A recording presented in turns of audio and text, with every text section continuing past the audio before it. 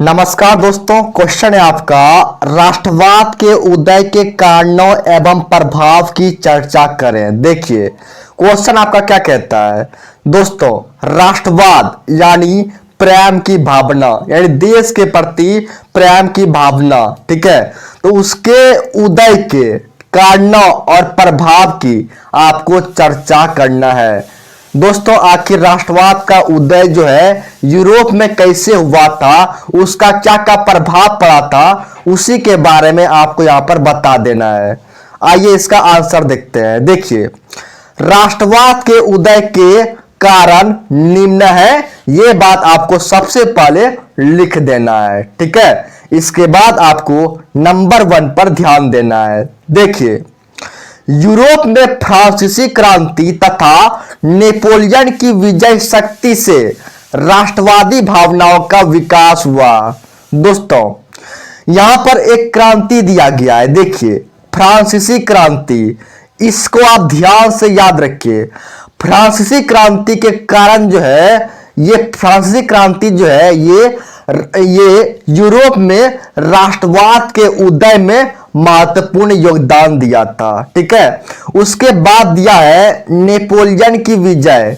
दोस्तों नेपोलियन जब जीत गया, ठीक है, जब इसका विजय हो गया, यानी नेपोलियन जब जीत गया जो है, तो इससे जो है यहां पर यूरोप में जो है राष्ट्रवाद जो है तेजी से फैला, ठीक है।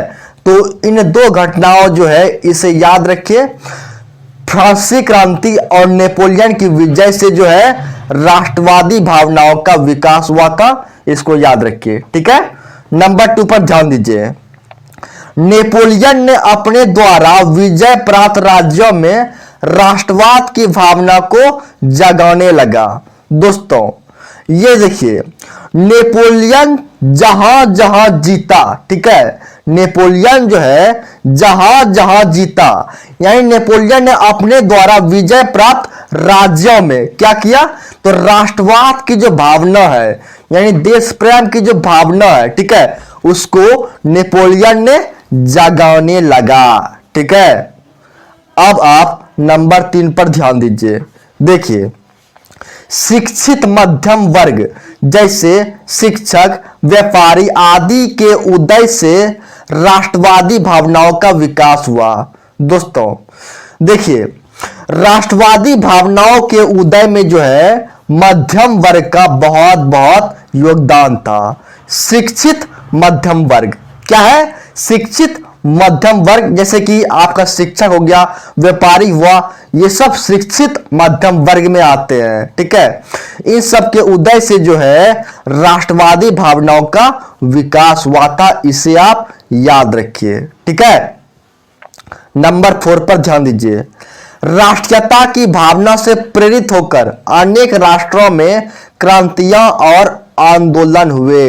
दोस्तों देखिए ये जो राष्ट्रीयता यानी राष्ट्र के प्रति जो प्रेम है, ठीक है, लोग जो है राष्ट्रवादी होने लगे, ठीक है, यानी राष्ट्रीयता की भावना से लोग जो है प्रेरित होने लगे। क्या होने लगे, तो राष्ट्रीयता की भावना से लोग प्रेरित होने लगे, और प्रेरित होकर जो है बहुत सारे राष्ट्रों में जो है क्या क्या होने लगा, तो क्रांतियां होने लगा और आंदोलन होने लगा। इसे याद रखिए, क्रांतियां और आंदोलन हुए।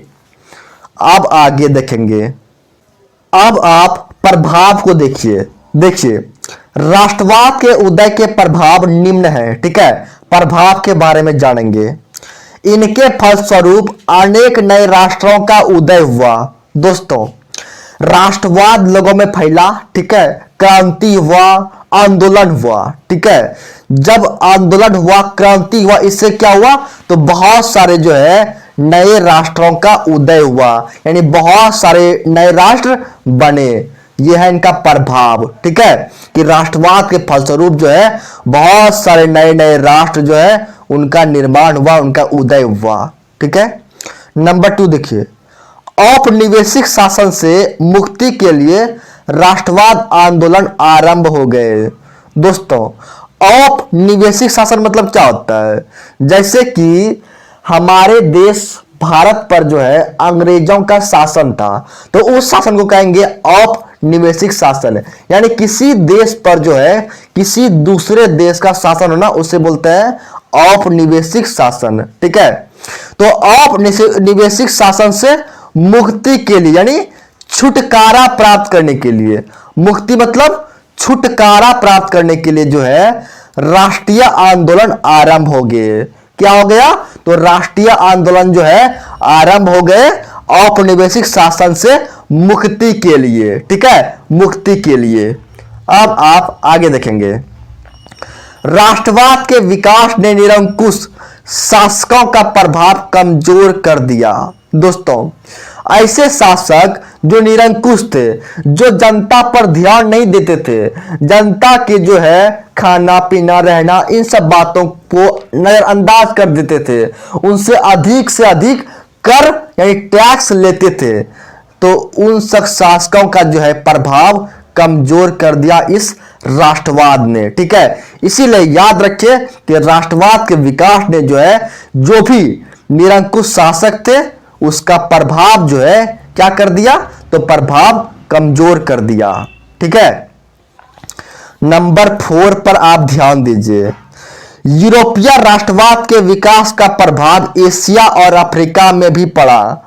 दोस्तों, जब राष्ट्रवाद की लहर जो है यूरोप में फैला, ठीक है, तो इसका प्रभाव जो है यूरोप से बाहर निकलकर जो है एशिया में और अफ्रीका में भी पड़ा। इसे आप याद रखिए कि यूरोपीय राष्ट्रवाद का जो विकास का प्रभाव है, यह विकास का प्रभाव जो है एशिया और अफ्रीका में कहां एशिया और अफ्रीका में भी पड़ा था।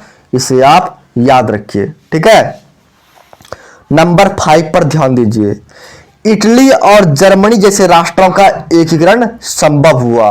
दोस्तों, अगर आप बात कीजिए इटली का, अगर आप बात कीजिए जर्मनी का, सभी जगह जो है राष्ट्रवाद जो है काफी महत्वपूर्ण रहा। ठीक है, राष्ट्रवाद के कारण ही जो दोस्तों इटली और जर्मनी जैसे राष्ट्रों का एकीकरण संभव हुआ। इसे आप याद रखिए कि राष्ट्रवाद के कारण ही ना इटली है और जर्मनी है, इस राज्यों का एकीकरण संभव हुआ था। ठीक है दोस्तों, क्वेश्चन आंसर को आप याद कर लीजिए। ठीक है, थैंक यू।